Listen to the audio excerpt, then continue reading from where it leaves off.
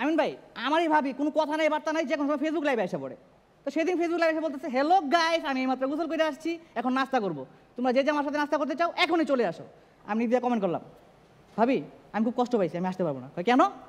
না, নাস্তা করার জন্য ডাকলেন, কই গোসল করার সময় তো ডাকলেন না। তো ভাবির বাসায় গেলাম, নাস্তা করলাম, নাস্তা করার বলতে তোমার কেমন ভাবি পছন্দ?